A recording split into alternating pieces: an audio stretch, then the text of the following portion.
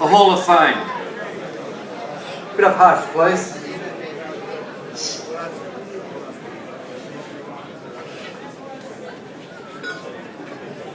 Okay.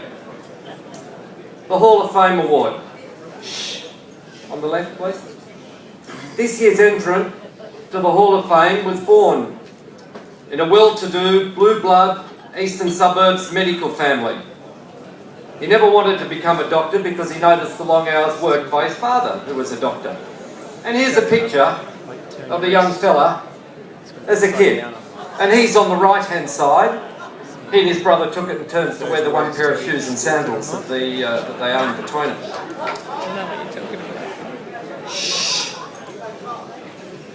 Richard Coppleson, better known as Coppo, attended Sydney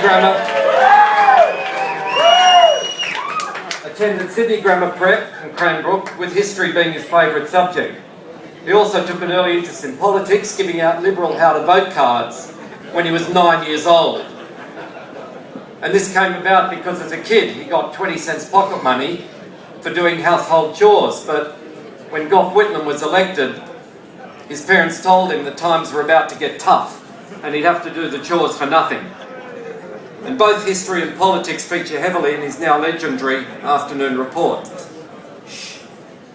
After completing a commerce degree, he was shipped off to London, where he got a job at Ord Minnett as a bookings clerk. There he learnt to spoof for the lunch bill, and there started the climbing up the stockbroking ladder.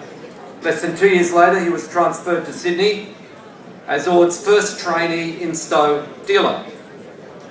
It was 1987, and the boss at Ord's, Gillis Krieger, welcomed him by pointing him to an empty chair on the dealing desk and saying, "Here we throw you into the deep end and you either sink or swim." The last guy there sunk badly. Coppo spent 15 years at Ord's, combining with Steve Martens and Stuart Goddard to be the top-rated sales trading desk during the late 1990s. And here's Coppo at the dealing desk at Ord's in that time. It was here that his infamous afternoon report was born. It came about when Armstrong Jones, a mid-sized fund manager, employed a new and seriously very cute dealer named Jade Petkovic, who asked Coppo for assistance with market information. Initially, it was for her eyes only, but over time the report spread to other clients and the rest is history. In the year 2000, Coppo, Steve and Stewie moved as a team to Goldman Sachs JB Weir, and Coppo and Steve are still there today. I'm told that there are close to 4,000 official recipients of the Coppo report. Shh, please. But who knows how many people really read it? Just about every office of every broking firm somehow receives a copy. At one office, it's forwarded to every other retail advisor in the firm. It's read by federal politicians on both sides of the House.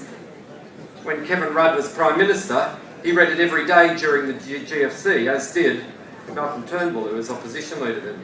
The Coppo report's been seen in late afternoons sitting on double bay tables. It's read by countless people on the Mosman Ferry on the way home. Doesn't matter who they work for. Fitness First in Hornsby once rang him and said there's a confidential report sitting on one of their running machines and would they send someone up to collect it. Kerry O'Brien from the ABC rang him one day to talk about something he'd written, and Coppo hung up on him 3 times thinking that one of the guys on the dealing desk was playing a joke on him. The Coppo report's also found its way overseas, and I mean more than just been quoted on the wire services. Excerpts have appeared in Singapore's Straits Times, in the London's FT, in the Wall Street Journal, and even the New Zealand Herald. The report has been translated into Afrikaans, where you see a copy. I'm not going to bother reading that. And it's also appeared on a Brazilian finance website in Portuguese. Coppo's got a preoccupation, for those of you who've read it, with sharks. They regularly appear in his reports, as you can see on the screens. This stems from his grandfather, Sir Richard Coppleson, who was a surgeon at St Vincent's Hospital and who stitched up patients who were bitten by sharks, and he wrote a book called The Shark Attack, which Coppo claims, and Coppo claims lots of shit, mind you, but Coppo claims was used in the film Jaws. Other animals do also feature in his reports from time to time, as you can see on the screen.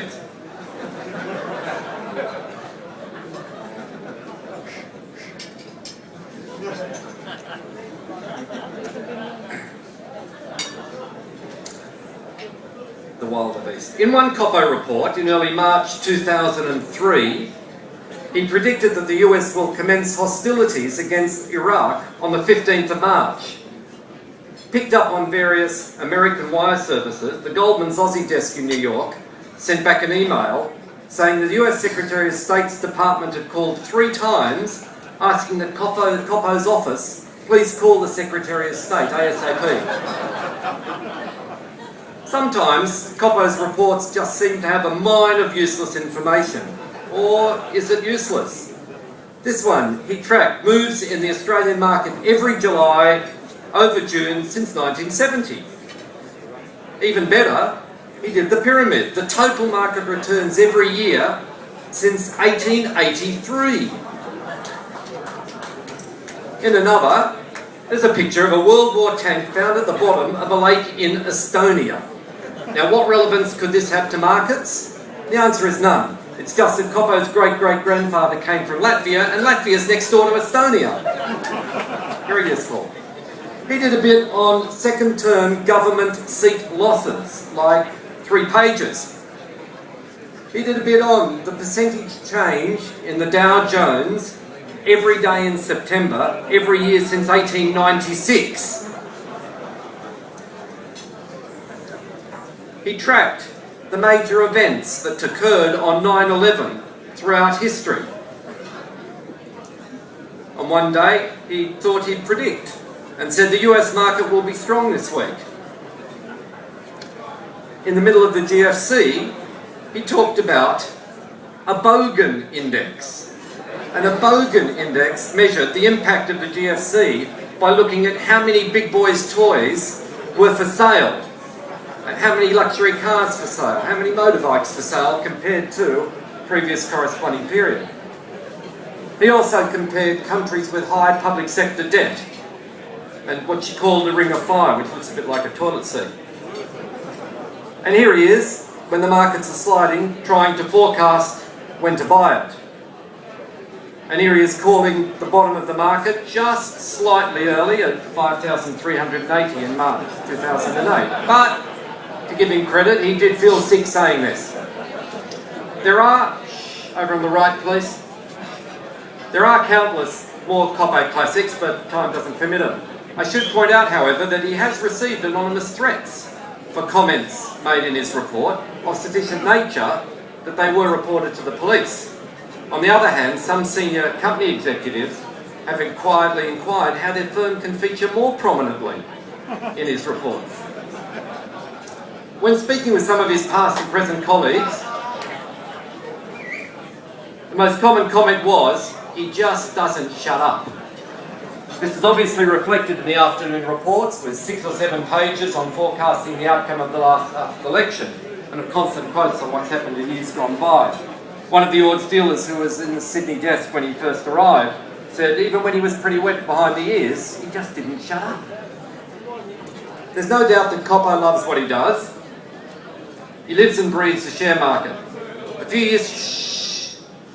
years ago, he trained his young daughter to switch on CNBC every morning and tell him whether there were more red arrows or green arrows next to the moving numbers that ran across the bottom of the screen. And if they were green, she'd run into the bathroom where he was shaving and tell him enthusiastically that he's going to have a really good day. And then she'd come into the office and choose Goldman Sachs' idea of the day, as you can see there. The people we have inducted into the Hall of Fame over the years have made their contributions in a variety of ways. Some built broking houses from nothing, like Clive Powell. Some were great mentors. Some sat on countless industry committees and represented the industry at difficult times. And others displayed just admirable work ethics and dominated their activity for long periods of time. In Coppo's case, he's been writing this for almost 15 years. 15-page diatribes, day after day, week after week, month after month, for a regular readership that a lot of magazines would dream of. And that, to us, impressed tremendously and is worthy of receiving this year's Hall of Fame for the report that most of us read every afternoon.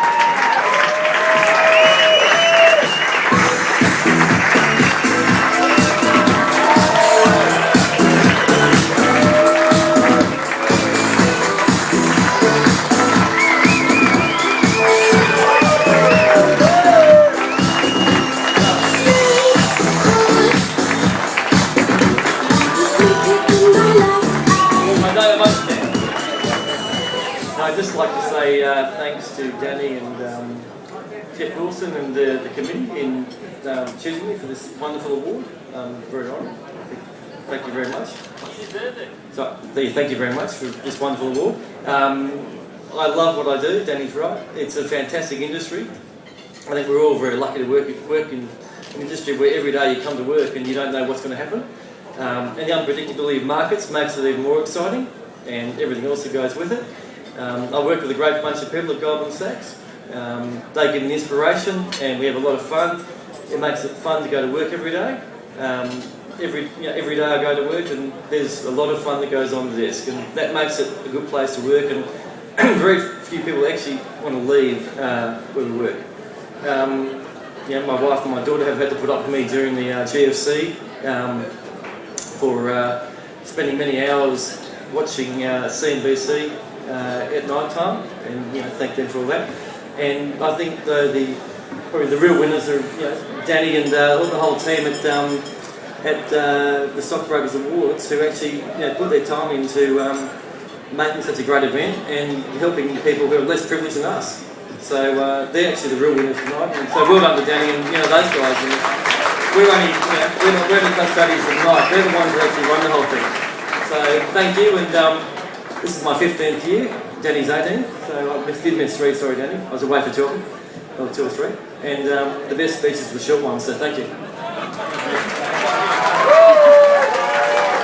Okay, the silent auction's closed. For those of you who bought, will you please fix up your bills at the bank at the back? There's a lucky draw prize to be done. Then there is dancing up the back to Wet Zelko Band. Thank you for your